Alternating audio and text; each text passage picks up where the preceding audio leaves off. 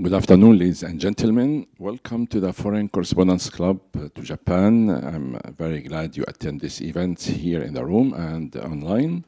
I am Khaldun Azhari, the former president of this club, and have the honor to moderate this event today. Our main guest speaker today is well known, and he has come to the club many times. Talking about the Palestinian problems, especially the occupation, the Israeli occupation. And we hope he doesn't come next time to talk about the same topic. We hope he comes to talk about the peace that will prevail, hopefully prevail in the Middle East, but all factors in the region doesn't indicate any of that hope, and it's developing into bloodshed, has been always like that, and the main country that is accused of that is Israel. And our guest speaker today, he will talk about this in details and for about 30 minutes, and that will be followed by question and answers. And press conference will be only in English today. There will be no translation into Japanese. Without further ado, ladies and gentlemen, please welcome our guest speaker, Ambassador Waleed Siam, Ambassador of the State of Palestine. Thank you. Thank you.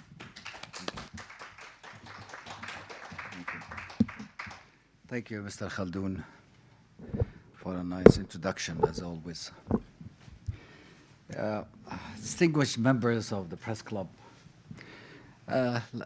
please let me begin by extending really my sincere gratitude to this esteemed institution for inviting me today.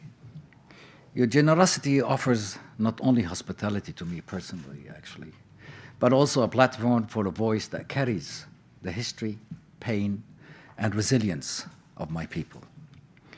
In a world where truth is often silenced, your invitation is more than a courtesy. It is a recognition that our stories matter and must be heard. Today, I stand here humbly before you, not only as a Palestinian, but as a witness to a century of this position. For more than 75 years, my people have endured exile, siege, forced expulsion, and military occupation. Today, after more than 669 dark days, Gaza has been transformed from the world's largest open-air prison into its largest graveyard. And now, Israeli plans for unfolding to turn it to the largest concentration camp of our time. There's a mass graves in Gaza, mass killing of Gaza. I think if you go on any social media, you can see pictures of the mass graves that Israel says there is no killing, innocent killing of civilians in Gaza. And also where famine is used as a weapon, where 339 Palestinians, including 124 children, have starved to death, forced by the Israeli occupation to starve to death. Let me get you. Maybe many people don't see it online, but those are pictures, a few pictures of the Palestinians that have suffered from famine and died from famine in Gaza because of the Israeli genocide. Yet, unfortunately, Israeli officials denied this reality, for their lies has become their own truth. When neighborhoods are erased, where Gaza was before and Gaza today, 75% of Gaza has completely been erased. 75% of Gaza have been erased. Hospitals, schools, mosques, churches, refugee camps are bombed and people are burned alive, as if Palestinians have no value. Women and children have been buried under the rubble.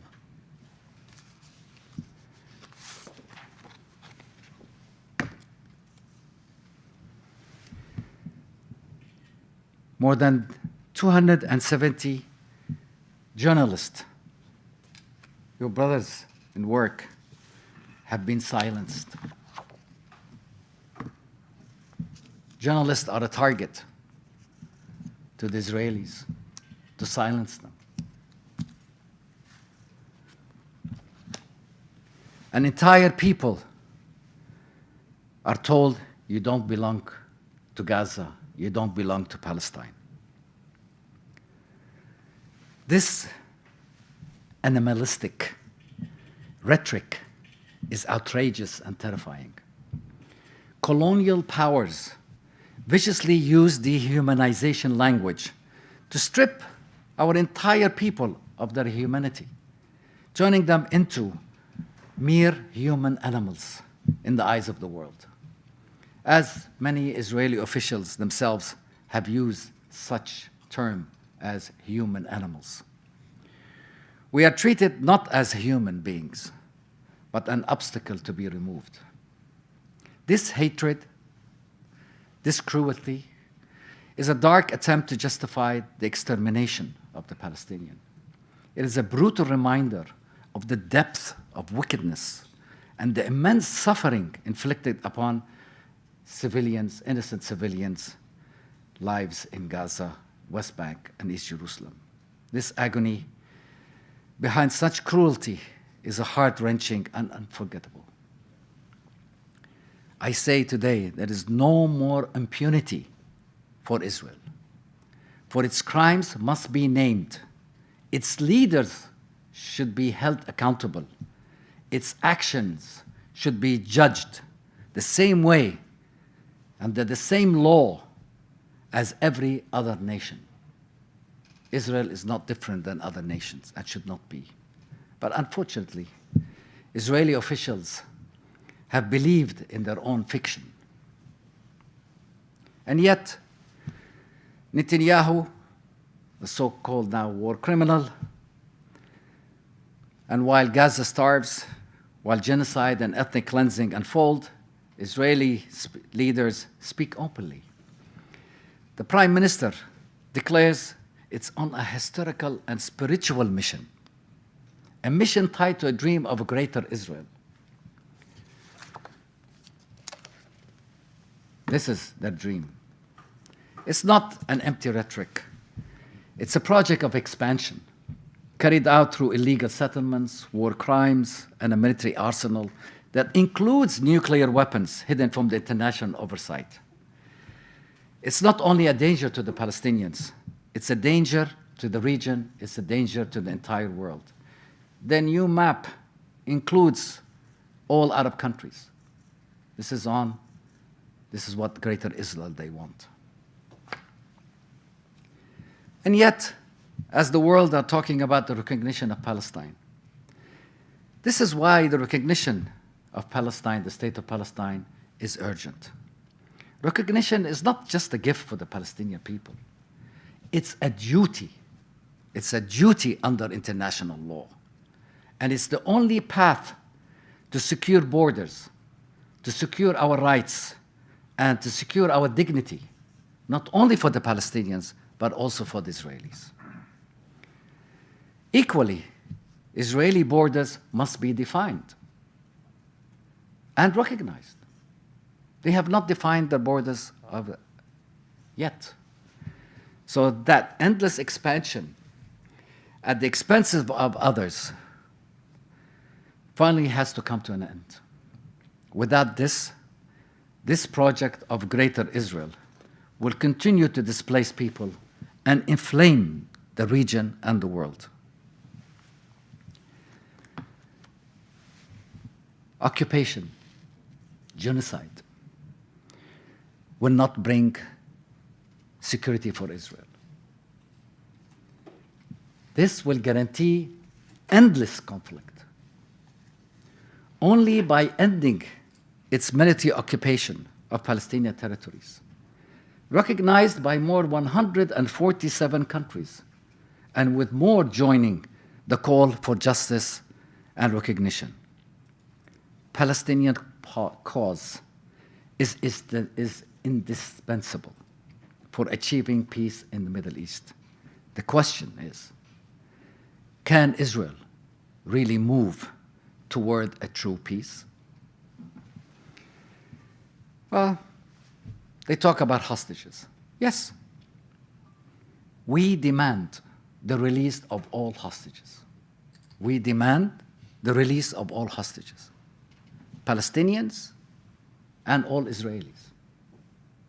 Every human life matters. But hostages, and you have to know this, hostages are not the root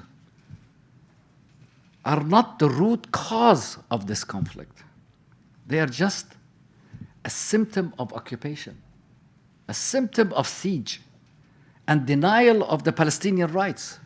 Until these causes are addressed, this cycle of violence will not end, unfortunately. Let's not forget the over 10,000 Palestinians, men, women, children, are hostages, and I say it again, are hostages in Israeli jails. And on every day, Israelis are arresting Palestinians in the West Bank and in Gaza and East Jerusalem. They're not prisoners, they are hostages. Well, yet, Gaza, the destruction in Gaza is not really a natural disaster. Many people say it's a war, it's a conflict. No, it is a genocide. It is an ethnic cleansing of the Palestinians. It's a man-made, it's an Israeli-made. More than 65,000 Palestinians have been killed, men and women. And over 100 and almost 60,000 are injured and missing. And most of them are men and with children. They're not collateral damage. They're humans. Family, complete family are erased. Hospital bombed. Churches, mosques, refugee camps are destroyed. People are burned in those tents, coming out of the tents because of the bombing. Journalists are still target. And famine, deliberately imposed. Denying food and water to over 2 million people, while aid is obstructed by the Israeli forces and the Israeli right-wing terrorists. And I can show you some pictures here. They're very proudly, the Israelis are putting these pictures. Israeli soldiers, Israeli right-wing are putting it on their social media. They're very proud of stopping the aid to Gaza and throwing it in the streets. And then they say there is no famine. And then Israel claims aid is going into Gaza. But the reality is, no, this is what the Israelis are doing.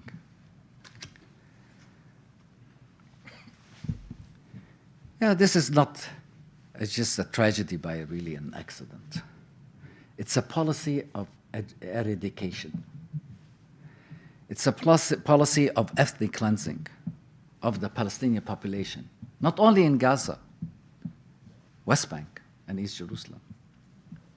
And yet, we Palestinians continue to resist in every form. Not because we love the suffering, but because no people on this earth would accept to live under siege and under Israeli military occupation. International law, guys, international law itself affirms the right for us to resist the occupation. But when we resist the occupation, they label us as terrorists. But who is the terrorist today? The person that resists for his freedom, or the person that is trying to take our freedom. And they demand us. They demand the Palestinians should surrender. How should we surrender when the bombs are falling? And they are demanding, many Israeli officials are demanding our extension. They want to extension us, to erase us from history.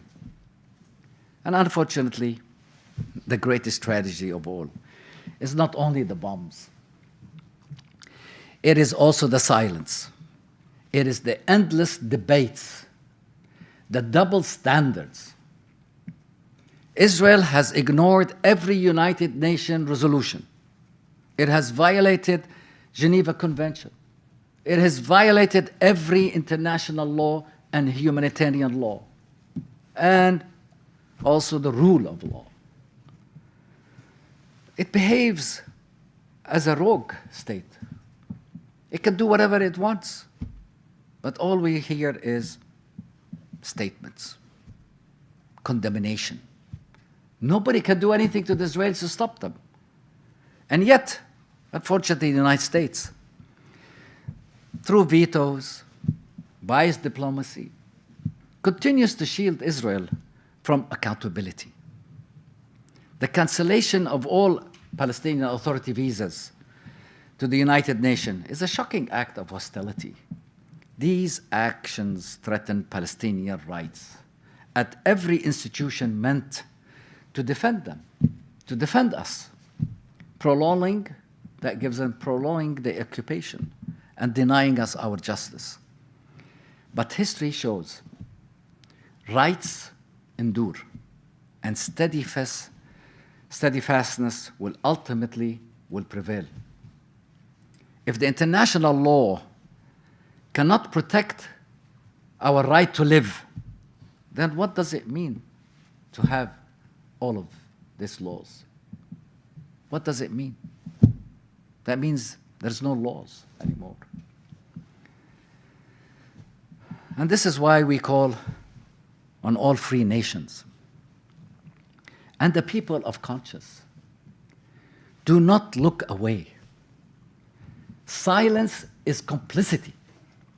Neutrality in the face of these massacres, this genocide, this ethnic cleansing, this famine is betrayal to humanity. Not betrayal to the Palestinians only, betrayal to humanity, betrayal to yourselves, to each one of us who is silent. The action is needed now. Accountability, sanctions, and justice. Me being in Japan, Japan has long supported the Palestinians with the humanitarian aid and economic aid, and will call, and with their calls for peace, and with their support of a two-state solution. We are grateful to the government of Japan. We are grateful for all the members of the Diet that signed for the call to recognize the state of Palestine, and to the many, many people in the streets of Japan, and to the many grassroots and the NGOs and NPOs, and to every peace movement in Japan who are standing with Palestine. I am very grateful and I am very thankful. But now, and today, is time for the next step. We urge Japan to recognize the state of Palestine. Such a step would honor Japan's legacy as a nation of peace. It will honor Japan's legacy as a nation of peace. It would send a message to the world that justice is not an option, that peace is only real when Palestinians are free. They say that recognition of the state of Palestine is anti-Semitic, it's anti-Israel, it's anti-this, it's anti-that. I mean, they believe in their own lies. I think they live in a la-la land. recognizing the state of Palestine will only protect the lives of all Palestinians. The recognition of the state of Palestine is the only way that Israel could live in peace, and the only way to stop it from going into expansionism and into the greater Israel. But, we Palestinians, even the bombs falls, still our poets write, our children sing, and our children dream. 2 years now, no schooling, no universities, but still they're dreaming. They're still getting education. Teachers are teaching in tents, just to show you the resilience of these people, the resilience of these Palestinians, the resilience of the Palestinian people, because they cannot erase our memory. They cannot erase our identity. Never. Because we carry hope that our children one day will live without hunger or fear, that our hospitals are for healing, not to be destroyed, that journalists will not die for telling the truth, and also to allow international journalists to come to Gaza and see what's going on. But they say it's not safe. No. It would be safe if you don't target the journalists. And we hope that the word of justice will finally mean something. We Palestinians, we do not ask for anybody's pity. We ask for our freedom. We don't ask for any charity. We just ask for justice. The world has the power to stop this catastrophe. The only question, does the world has the will?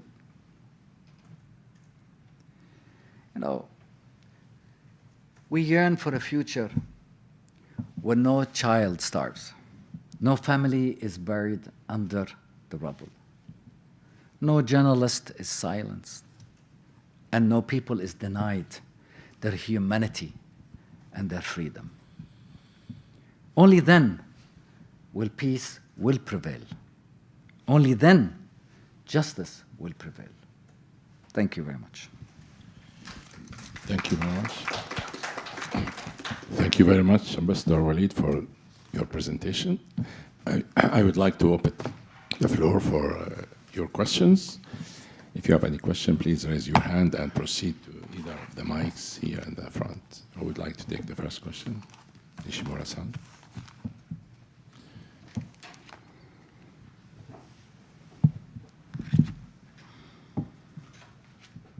My name is Takuya Nishimura, freelance journalist.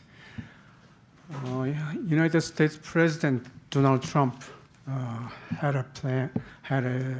proposed building Riviera in the Middle East, a kind of a tourist resort in Gaza. And with relocation of all population, what is your response to that? Thank you for the question. Gaza is not for sale. And if we wanted to be a Riviera, we will build our own Riviera.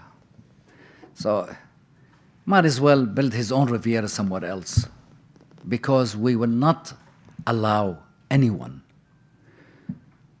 to tell us what we want for the future. We want to build Gaza as a futuristic city where everybody is welcomed. They can help, yes, but to come and tell us what to do and to take over our land, Gaza is not for sale. Palestinian territories, the state of Palestine, is not for sale. Palestinians, we will never leave our land anymore.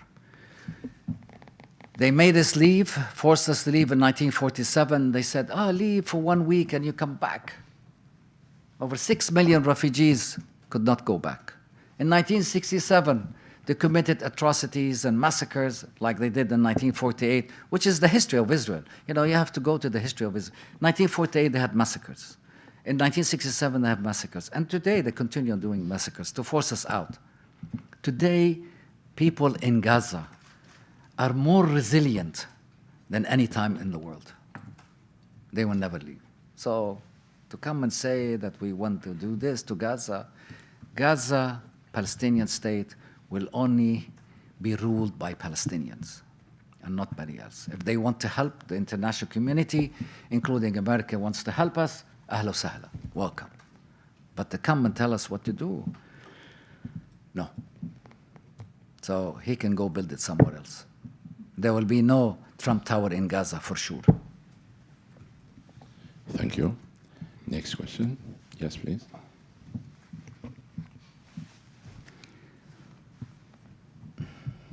My name is Musashi from TV Asahi. Hi. I have two questions. Sure. One is, I believe that the international recognition of Palestinian will be the crucial for the pressure to the Israel from the international community. And France and the United Kingdom or as a nation, as a few nations plan to announce the recognition of the Palestinian as a state in the next month's UN Assembly session. Sorry, but the United States has decided to not to issue their visa to the Mr. Abbas. Yes. What do you think about it? And it is the first question. And the second question is about you mentioned that calling on the Japanese government to recognize Palestinian as a state. Did you actually submit some like a formal request to the Foreign Ministry of Japan? Thank you. Well, as for the visas, I think it's a clear violation of international and agreements with the United Nations.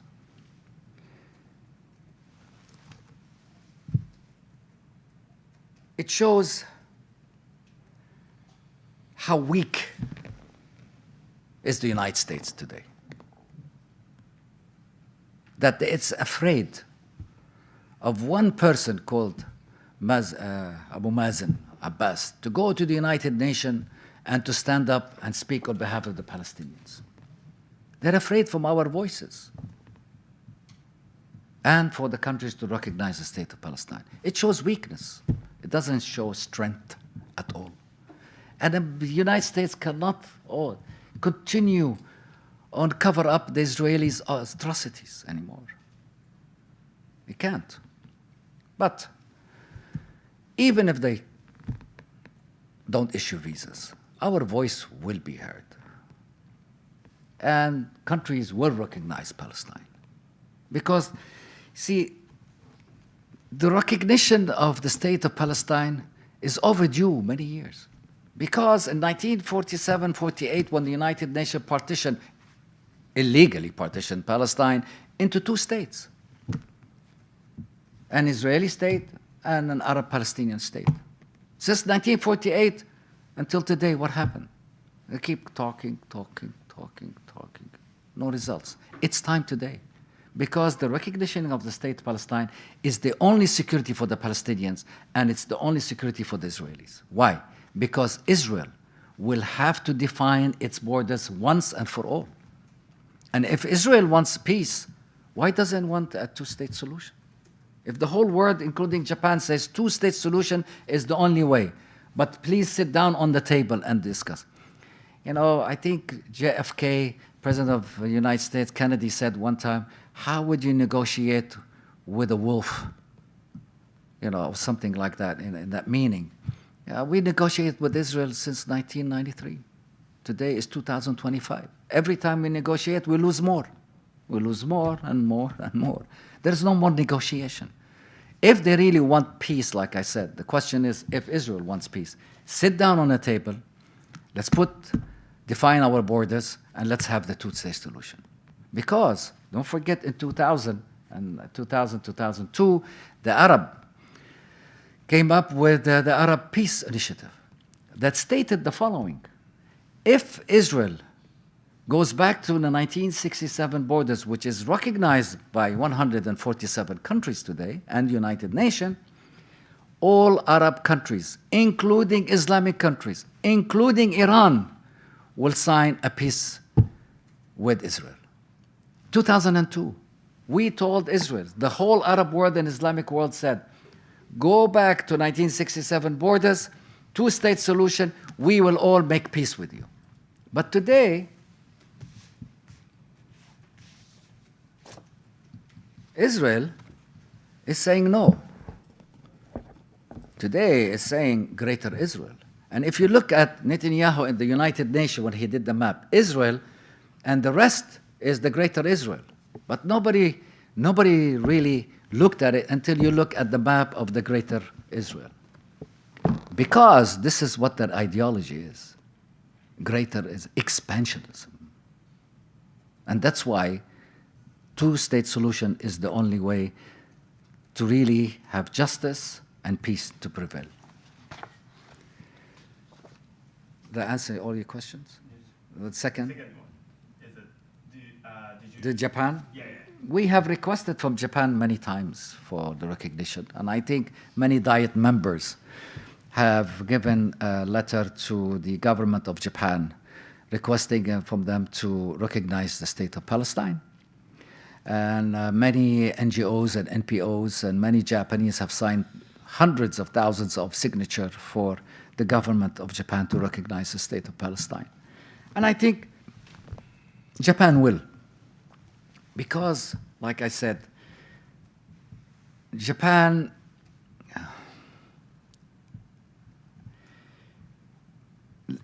its legacy as a peaceful state,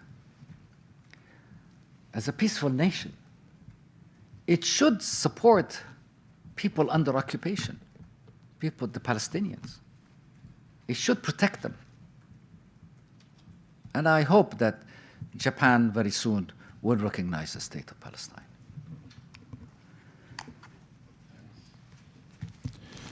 Let me pose this question. You mentioned that recognition of Palestine will protect the lives of Palestinians. Do you think it will also protect the life of Israelis too? I mean, where do you think is the most dangerous place in the world for Jews now? It seems that place is Israel, because most Jews in Israel, or most residents, have been in a war since forever, since they were established. So what kind of future for the Jews in Israel you think they have? Thank you. Well, like I said, the recognition of the state of Palestine is not a gift, it's a right. And without it, peace will be impossible. And it's really not a threat to the state of Israel. It is a security for Israel. Because then all Arab, Islamic, and the world will sign a peace agreement with Israel.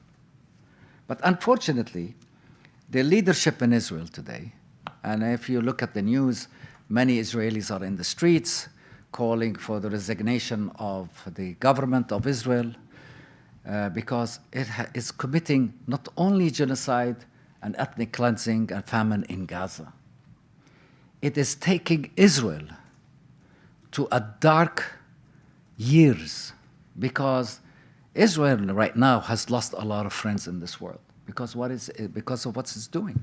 Because the world can see. The world is not blind. In 1948, there was no internet, or 1967. Today, live news comes from Gaza. Live news comes from everywhere. So you cannot silence it anymore. So I think Israeli government is danger for the Israelis itself, and danger for the region, and danger for the world. Because we've heard many Israeli officials say, let's nuke Gaza. We haven't heard even a senator, US senator, say, let's nuke Gaza. And we've heard the Minister of Finance of Israel says, we will erase the state of Palestine. Yani, if they're saying that, I think that's a danger for the region. It's a danger for the world, because if they use nuclear weapons, then we are all in big trouble. And I don't understand why Israel can have nuclear weapons and nobody else can doesn't have the right to have it.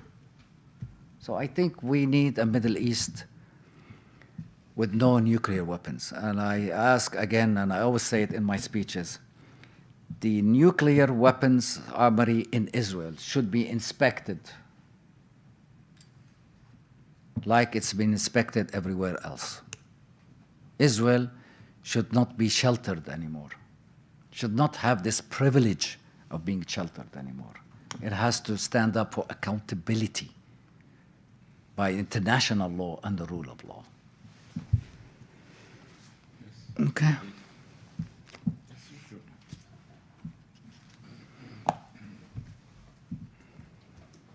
Hello, my name is Ai Murakami from Yomiuri Shimbun. Thank you so much for your time. This is kind of like a follow-up question. But Sure.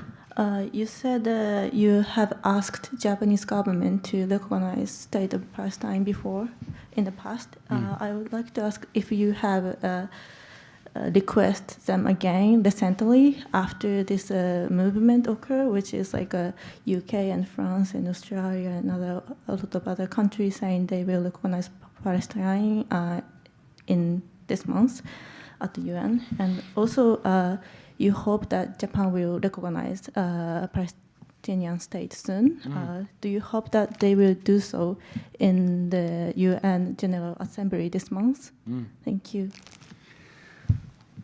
As I stated, and reiterate again, we have asked Japan to recognize the state of Palestine in official meetings and in the last meeting at the United Nations, because Japan headed one of the groups, economic groups in the talks at the United Nations. And, but we know that Japan is going through a hard time right now. Let's put it this way. And we understand if Japan wants to postpone it right now, but I still call on Japan that it is time today to stand on the right side of history. You cannot continue on delaying and delaying and delaying. Every delaying of recognizing the state of Palestine, we lose people. We lose land. And Israeli continue its genocide and eradication of the Palestinian people. It's time today to stop that. And the recognition of state of Palestine is the best security for the Palestinians and for the Israelis and for the region and for the free world. Because Israel is not fighting for the free world, for liberation and democracy and all that, you know. I don't see, where is the democracy? How can you be a democratic country and you committing genocide and ethnic cleansing and famine? And you call yourself democratic country? How? How? In what definition is that? Or you're fighting for the liberation and the freedom of the free world. What free world? You're committing genocide. And you're saying to yourself, and that's why, unfortunately, they believe in their own lies. Let's put it this way. Let me be very clear. They believe in their own lies, unfortunately. And it's time, you know, that self-deception narrative that the Israelis are saying, unfortunately, today, they accept it as a truth, that they're fighting for liberation and freedom and democracy. But they forgot about the Palestinians that are dying every day. I mean, if you're looking at the numbers, I can't give you the right numbers, but if you look at the news, at least a day is 50 people between killed and injured. Multiply it by 660 days and see what the numbers are. And I can tell you from me calling, and I'm from Gaza. I used to live in Gaza before I came here. I can tell you 10% of the population in Gaza have already been killed, injured, or missing and under rubble. And the thing about it, the Israelis, after they destroy, and you can go on social media, there is many in the social media that shows you Israeli soldiers, how they're committing the crimes. They are very proud to put a tank or to blow up a whole community as a present for their girlfriends or for the wives, and they're laughing about that. It's on the internet by Israeli soldiers, not by the Palestinian press or by the international press. They're committing genocide.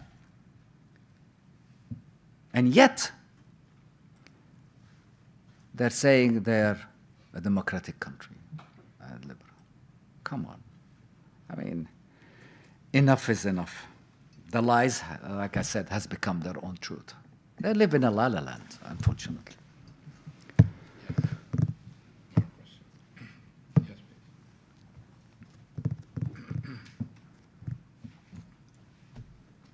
Hi, my name is Eduardo Martinez from Kyodo News. I just have a question. So Israel has said that it will stop its campaign if Hamas is completely eradicated and all the hostages are free. But if that is the case, realistically, do you think that Gaza will be permitted to rebuild free of Israeli influence? Thank you.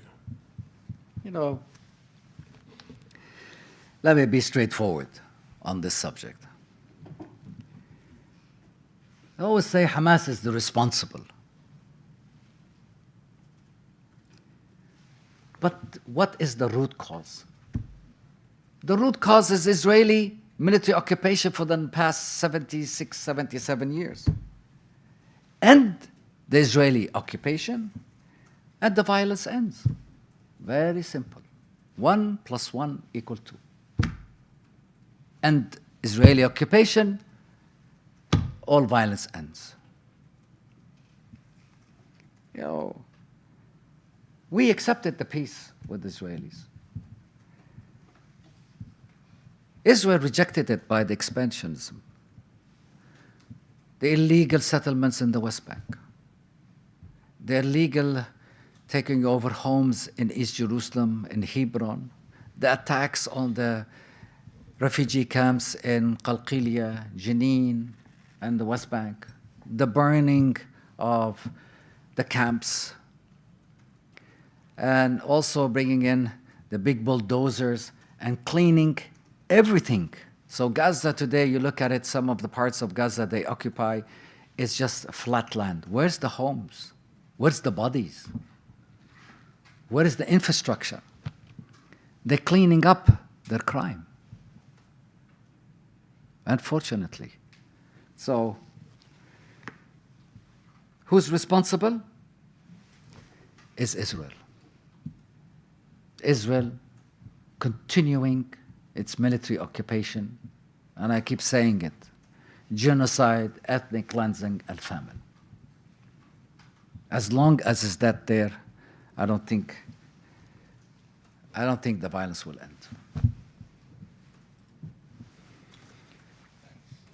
Yes. Let me ask another question while they are thinking about theirs. Sure. You mentioned that the word anti-Semitic. So do you mean yourself? Because I understand you are Semitic. So do you think that the word anti-Semitic is targeting you and the Palestinians and Arabs also who are Semitic? I think I said it that I challenge every Israeli leader to go to a DNA testing and see who's Semitic and who's not Semitic, who's Abrahamian and who's not Abrahamian. We Palestinians, Arabs are Semitic. I don't know, they're using this anti-Semitic labeling as to scare the world and to scare anybody that talks anything against Israel or anything about the Jews. Jews, Christians, and Muslims come from the same faith. It has nothing to do, religion, with what Israel ideology is, which is Zionism, expansionism, genocidism, feminism, ethnic cleanism. This is what Israel is. It has nothing to do with Judaism, Christianity, and Islam. So we are Semitic. I am Semitic. So how can I be anti myself? So that's just a thing that the Israelis use from time to time to scare people. Thank you. All right. We still have time, so please think about your next question. Let me continue asking you, Ambassador. Sure. Waleed. It's a great chance for me, but I am in a... Yeah, please, go ahead.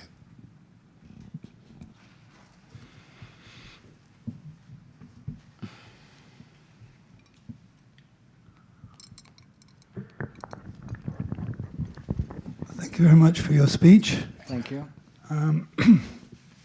This is the first time I've ever tried to ask a question about this Not at all. situation, and I would like to say, it's so shocked every day.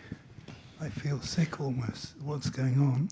Your name, please, and And my affiliation. question is this: we had the head of the Knesset here last week. Yes. And he spent a lot of time going on about Hamas terrorists. And I wonder why you and your colleagues don't point out that, Menachem Begin, who founded the Likud party, and most of the leaders of Israel are actually originally terrorists. Could you explain why you are not more, you don't point this out? Thank Please mention your name for our records. Mike Galbraith, I'm a freelance journalist. Thank you. Well, if really resistance of occupation is called terrorism, then the real problem itself is occupation itself. If we look at history, people look at what's happening today, but they forget the history. Let's go back in time, 1932, 34, 35, 36, 37, up to the 40s. When the illegal Israelis ran away from Europe and came illegally on ships, running away from prosecution in Europe, came to Palestine. They formed terrorist groups. Many terrorist groups, headed by former prime ministers of Israel. Ben-Gurion, Shamir, even Peres, all of them. And they say, even Golda Meir, and they say there is no Palestine. But we have documentation, and it's online, that says that, as an example, Golda Meir, Palestinian ID. Her nationality is Palestinian. Shamir, his nationality was Palestinian. And they still say there's no Palestinians. Those are terrorists. Even the British government put them on the terrorist list. And all these terrorist groups came to be what they call today, what we call the IOF, Israeli Occupation Forces. It was formed of terrorist groups. And today, this IOF, what the others call them the IDF, is one of the largest terrorist organizations in the world. The largest terrorist organization in the world. Their history is terrorism. We were living in peace. We welcomed people that ran away from prosecution in Europe into our land. We welcomed them. We agreed on giving them 76% of the land, and we take 78%, and we took 22%. But still, they want more and more and more. And maybe they want the whole world, because I've seen some of the leaders in Israel that says that they're the chosen people and God gave them this world. But I wonder what God is that, because it's not my God. And I don't think it's the God that sent Judaism or Christianity or Islam. But unfortunately, labeling terrorism, Hamasism, and others. That's just labels. But today, Israel has proved, with its leader Netanyahu, accused of war crimes, with his former Minister of Defense,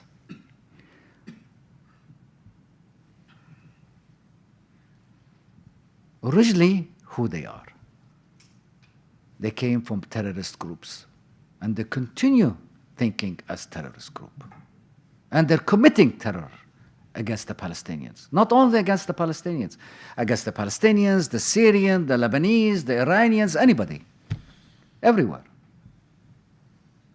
Unfortunately. So the world has to really wake up and realize Israel has to be accountable. Israel has to obey international law and the rule of law. Yes, please.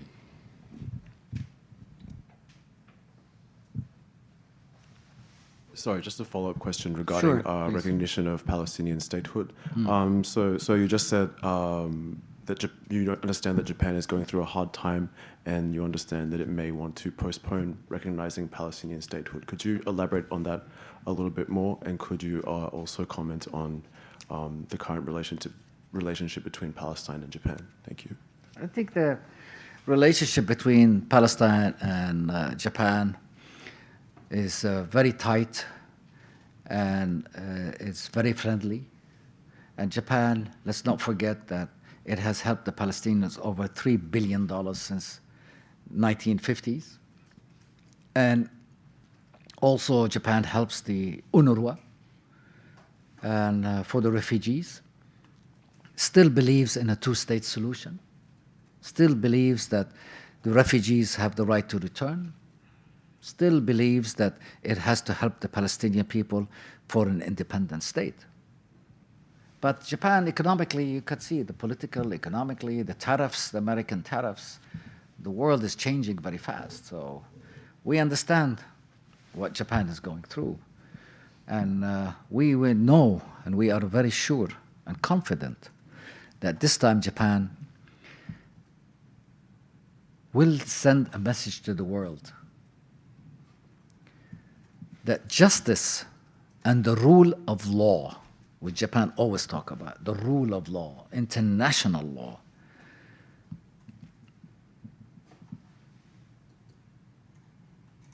is not an option, and that peace is the only way to obtain that in the Middle East. Because today, I can say, that what they're talking about, not peace, but Palestine in two pieces. And recognizing the Palestinian state will make it a state and not pieces of a state. So, like I said, we understand Japan, we appreciate Japan, we honor our relationship with Japan, and we call on Japan to really, like I said, take a step forward and recognize us. Because that's the only way path for peace. We still have some time. Yeah. Let me ask you, you mentioned, Ambassador, that you are from Gaza. Could you please tell us about like your home, your area, your people, what's their situation now? Thank you.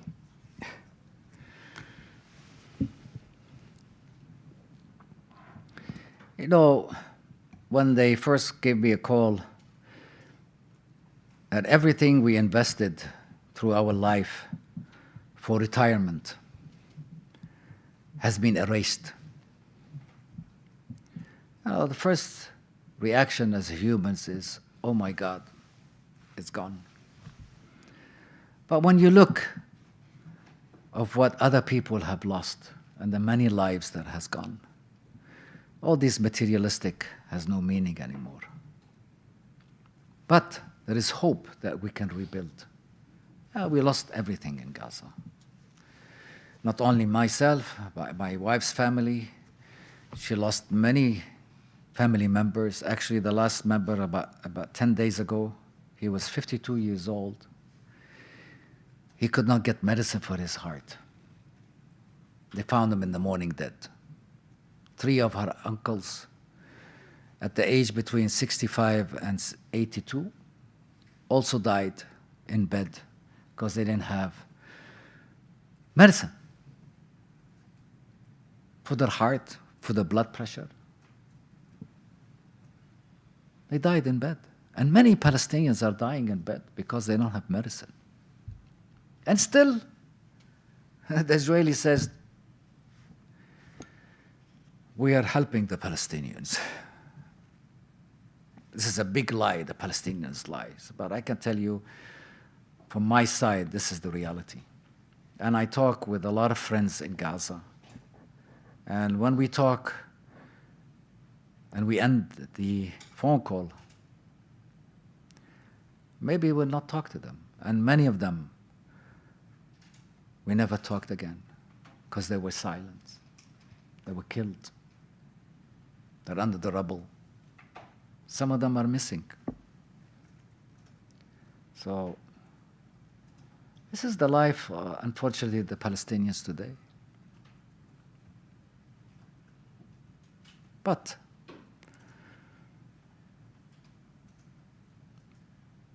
we are resilient and we are hopeful that soon, and soon enough, we will rebuild it.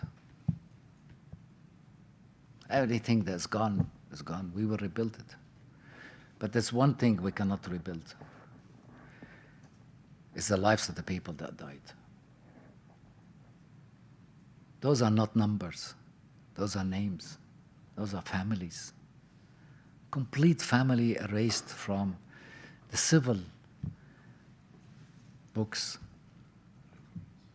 The many orphans that we're going to see. The many diseases that we have right now.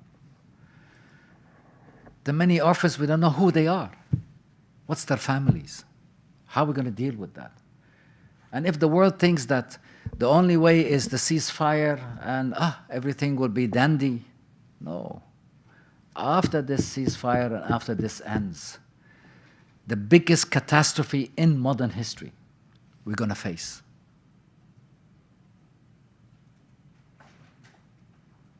We're going to face the biggest catastrophe in modern history, unfortunately. But we're still hopeful. Thank you very much. I think this wraps up our event today. If you allow me to say my last one. All right, please go ahead. You know, I wrote it last night. If asking for freedom, dignity, and statehood is really controversial, then the real controversy is why Palestinians are the only people denied their basic rights and denied their basic freedom. That's my last. Thank you very much. Thank you.